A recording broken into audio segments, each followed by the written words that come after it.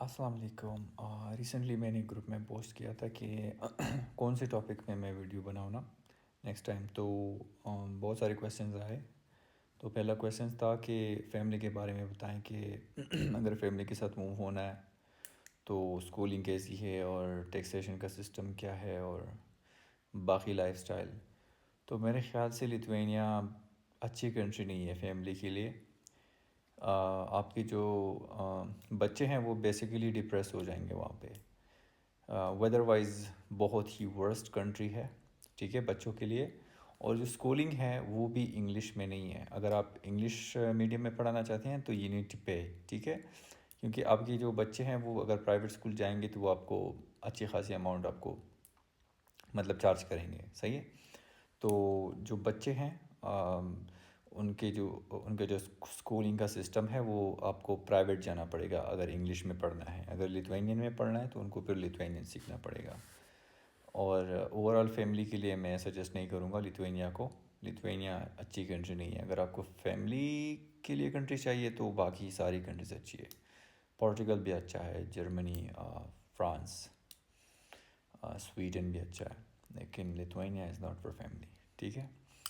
और टैक्स जो है, टैक्स तो वेरी करता है। अगर आप सेल्फ एम्प्लॉयमेंट पे काम करते हो तो वो फिर आपके इनकम पे डिपेंड करता है कि आपका इनकम कितना है, ठीक है। फॉर एग्ज़ाम्पल अगर आपका जॉब है कोई, तो अगर आपकी सैलरी है 1900 फ़र्ज़ करें, तो मेरे ख़्याल से आपको सैलरी मिलेगी 1000 तक, 900 आपका टैक्स में जाएगा। तो टैक्स का भी बहुत ख़राब सिस्टम है और ख़र्चे भी बहुत ज़्यादा है और पैसे इतने कमा नहीं सकते। So I don't think it's worth it.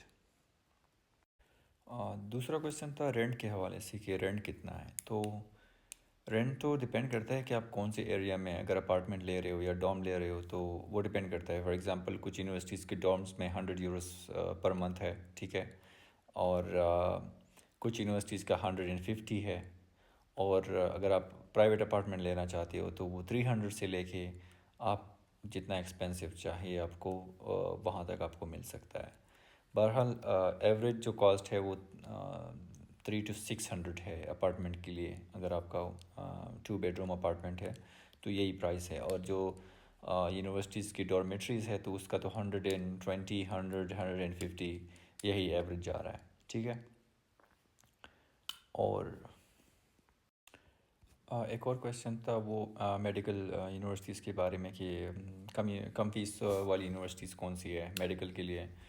तो लिथुआनिया में तो मेडिकल की फ़ीस जो है सेम ही है। आपकी जो डेंटिस्ट्री है वो 13,000 यूरोज़ है पर ईयर। और जो एमबीबीएस है वो है 12,000 यूरोज़ पर ईयर। ये सेम ही है दोनों यूनिवर्सिटीज़ में, एलएसएमयू में भी और विल्नियस यूनिवर्सिटी में भी। इसके अलावा जो पीसीसी का जो अपडेट आया है नया, पीसीसी का जो अपडेट है उसमें अगर आप फॉर्म सबमिट करते हो मिग्रिस में तो आफ्टर द सबमिशन आपके पास 4 मंथ्स होते हैं पीसीसी को लीगलाइज करने के लिए। जब आप सबमिट करते हो फॉर्म उसके बाद आपके पास 4 मंथ्स होंगे ताकि वो आपका जो पीसीसी है वो अगर आप डबल लीगलाइज करना चाहते हो तो वो आप ministry of foreign affairs Lithuania से कर सकते हो। easy way to legalize PCC is to find someone in Lithuania। और उनको आप अपना जो मिग्रिस का नंबर है वो आप उनको सेंड करें और उसके थ्रू आपके लिए अपॉइंटमेंट ले और वो आपके लिए वो लीगलाइज़ करे। अगर आपके कोई दोस्त है तो वो फ्री में करेगा। अगर आपका कोई दोस्त नहीं है तो मेरे ख्याल से जितने भी लोग हैं 300, 250 यूरोज़, 400, 500, वो उनकी अपनी मर्ज़ी है। कोई आपके लिए अगर कोई काम कर रहा है तो उनकी अपनी मर्ज़ी है। जितना आपको चार्ज कर रहे हैं वो उनकी अपनी मर्ज़ी है, मतलब we have nothing to do with it, ठीक है। तो नॉर्मली 250 रेट है और कुछ लोग 300, 500 जितना वो चार्ज कर रहे हैं वो कर सकते हैं, लेकिन यही एवरेज चल रहा है 250 to 500। इसके अलावा एक और क्वेश्चन था कि स्टडी पे बंदा आए या वर्क परमिट पे। तो आई डोंट थिंक कि कोई इतना डिफरेंस होगा इसमें।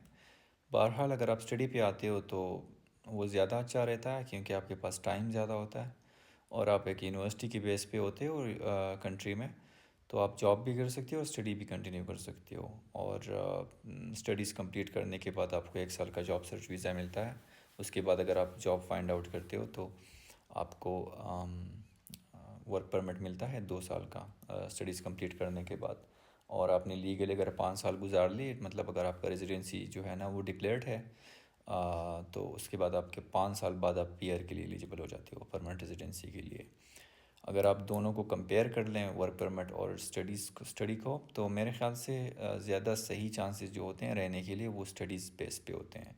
क्योंकि जो वर्क परमिट का है वो तो कोई भी आपके साथ अगर किसी का मसला हुआ तो आपका वर्क परमिट सीधा कैंसिल कर देता है, ठीक है। विद इन नो टाइम आपका वर्क परमिट कैंसिल हो जाएगा, आपको 14 डेज़ में कंट्री लीव करनी होती है।